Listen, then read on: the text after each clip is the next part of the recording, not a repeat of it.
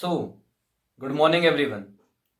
आज की ये video one stop solution for all your NDA resources, just one stop. मैं तुम्हें हर वो चीज़ प्रोवाइड करने वाला हूं, अगर तुम वो करते हो एनडीए रिटर्न आराम से क्लियर है। मैंने खुद ने ये सब चीज़ें यूज़ करी थी अपने प्रिपरेशन के टाइम पे, और तुम भी ये सब कर सकते हो। कैसे? मैथ्स के लिए मैं तुम्हें एक पूरी प्लेलिस्ट प्रोवाइड करूंगा विथ सीक्वेंस। तुम्हें वो पूरी प्लेलिस्ट खत्म करनी है। उसके बाद तुम जहां से मॉक लगाना चाहते हो वहां से मॉक्स लगाना। मॉक्स लगाने की ट्रिक होगी वो बाद में बताऊंगा, पहले प्लेलिस्ट खत्म करो।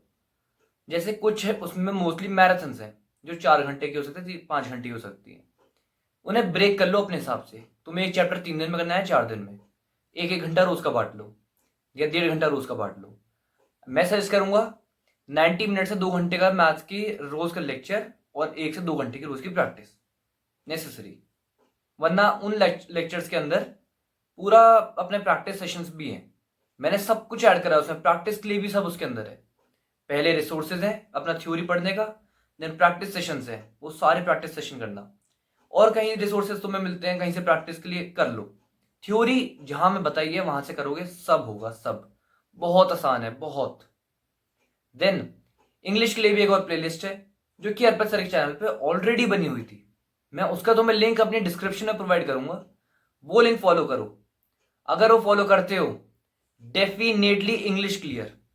धीरज sir best teacher, best. English के लिए मैंने उनसे अच्छा टीचर नहीं देखा। मैंने और भी 1-2 टीचर से बीच में स्विच करके पढ़ने की कोशिश करी थी पर नहीं हुआ था। And make notes. इंग्लिश की वोकैब वो कराएंगे, वो तेज कराएंगे। तुम्हें वोकैब दिन की बस 30 क्वेश्चन करना है। जब वोकैब स्टार्ट होगी बस 30 क्वेश्चन, उससे ज्यादा मत कर लेना। अगर वो ज्यादा करा रहे हैं तो 30 से 35 रोज का उन्हें सोने से पहले रिवीजन। इंग्लिश में वो स्कोर बूस्ट करने का यही तरीका है, यही। अब जैसे जो प्लेलिस्ट मैं तुम्हें इंग्लिश की दे रहा हूं वो पुरानी है, उसमें पहले जो पैटर्न्स के क्वेश्चन आते थे वो सब है। जैसे लास्ट ईयर का पैटर्न मैंने देखा, उस पैटर्न में कुछ सारी चीजें थी जो नई आई थी, लेकिन वो सब भी कहीं ना कहीं वोकैब से ही रिलेटेड थी। वोकैब स्ट्रांग है, तुम्हें स्पेलिंग्स क्लियर है, क्या होता है क्या नहीं है, उनका मतलब क्लियर है, तो तुम वो भी कर सकते थे। जिसने अच्छे से पढ़ा है उनका क्लियर हुआ है। पैटर्न लगता टफ नहीं था। बाकी कुछ चीजें फिक्स रहने वाली है हमेशा के लिए। वोकैब हमेशा आएगी, स्पॉटिंग एरर्स हमेशा आएंगे। पैराग्राफ आएगा, पैराग्राफ पढ़ के कर सकते हो यार, स्कूल के एग्जाम में भी देते हो, नहीं देते क्या? इसमें कुछ मुश्किल है? तो इतनी टेंशन, इतनी हाइप बना दी यार इंग्लिश में मार्क्स नहीं आते, इंग्लिश में बस 90 मार्क्स आ रहे हैं। और मैं बता दूं इंग्लिश में अच्छे मार्क्स क्या होते हैं। अगर तुम्हारे इंग्लिश में 35 क्वेश्चन सही हो रहे हैं, 50 में से 35 सही हो रहे हैं, बहुत है। अगर तुम एग्जाम में 35 तुमने कर दिए, तुम 100% श्योर हो 35 के 35 सही है, और बाकी में तुम डाउटफुल हो, मत करो। 35 आर मोर देन एनफ। अगर 30 करे हैं और तुम्हें लगता है कि शायद और कर सकता हूं तो करना, अगर श्योरिटी हो तो।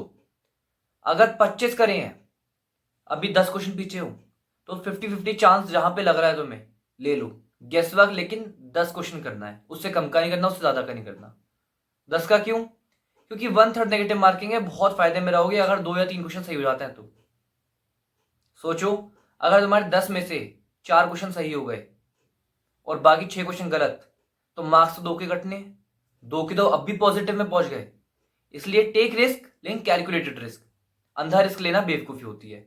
ये चीज हमें आफ्पा में सिखाई गई थी भाई नटराजन सर, क्योंकि मैं था जो अंधा रिस्क लेता था, लेकिन नहीं लेना चाहिए। और शायद यही एक वजह थी कि मैं फर्स्ट अटेम्प्ट अपना फेल हुआ। अपना तुम ध्यान से करना। इंग्लिश का रिसोर्स दे रहा हूं, अपना मैथ्स का रिसोर्स दे रहा हूं। जीएटी के लिए भी जतिन सर की मैराथन्स भी हैं, पूरी 1 शॉट वाली, वो बड़ी हैं, 12 घंटे की हैं शायद। उन्हें ब्रेक करके 12 दिन में, 15 दिन में ज्योग्राफी खत्म करो, हिस्ट्री खत्म करो। एसएसटी के लिए लेकिन मैं जो अपना सजेशन देता हूं वो है ज्योग्राफी पूरी strong, Indian geography, world geography बिल्कुल स्ट्रॉन्ग। हिस्ट्री छोड़ दो, सिविक्स छोड़ दो। मैं ये कहता हूं सिविक्स पढ़नी है मैराथन से कर लो, कुछ नहीं जा रहा। हिस्ट्री छोड़ दो यार, हिस्ट्री क्वेश्चन थे टफ आएंगे, तुम्हें याद नहीं आते उस टाइम पे। जो साइंस वाले बच्चे हैं उन्हें मोस्टली नहीं आते, मुझे नहीं आते थे। मैं फर्स्ट अटेम्प्ट पढ़ के गया सब कुछ, एक क्वेश्चन नहीं कर पाया हिस्ट्री का। और पढ़ने के बाद अगर थोड़ा थोड़ा पढ़ा है, एग्जाम में क्वेश्चन देखोगे तो लगेगा यार ये तो पढ़ा हुआ है, शायद ये है, नहीं शायद ये है। तुम टिक कर दोगे और नेगेटिव मार्किंग होगी, गलत होगा, फिर रोते फिरोगे। इसलिए मत करना। हिस्ट्री पढ़ना है बिल्कुल खत्म कर दो। अपना ज्योग्राफी बहुत स्ट्रॉन्ग करना है, अच्छे से, बिल्कुल अच्छे से करना है ज्योग्राफी, कुछ नहीं छोड़ना। सिविक्स मैराथन से कर लो, बेसिक क्वेश्चन आते हैं, 2-4 क्वेश्चन आ जाते हैं, उन्हें कर लेना, आराम से हो जाएगा। मोस्टली क्वेश्चन आ जाते हैं आर्टिकल रिलेटेड कि आर्टिकल 44 क्या था, 42 क्या था, कौन से अमेंडमेंट से वो ऐड करे गए थे 3 वर्ड्स, कौन से 3 वर्ड्स ऐड हुए थे प्रियम्बल बनने के बाद। बस ये सब चीज़ें मेनली आती है, इन सब के आसपास घूमता रहता है, डीपीएसपी, आर्टिकल्स, बस फंडामेंटल ड्यूटीज, राइट्स, और कुछ नहीं आता। ज़्यादा टेंशन लेने की जरूरत नहीं है। इसके बाद जतिन सर के एग्जाम से पहले मैराथन आएगी करंट अफेयर्स की।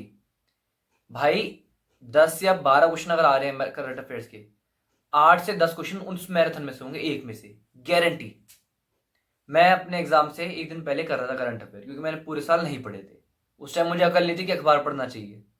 अखबार पढ़ना भी मैं रिटर्न वालों को सजेस्ट नहीं करूंगा, क्योंकि अखबार में बहुत सारी वेराइटी चीज़ें होती हैं। लेकिन जल्दी मैं एसएसबी सीरीज शुरू करने वाला हूँ, एसएसबी रिलेटेड।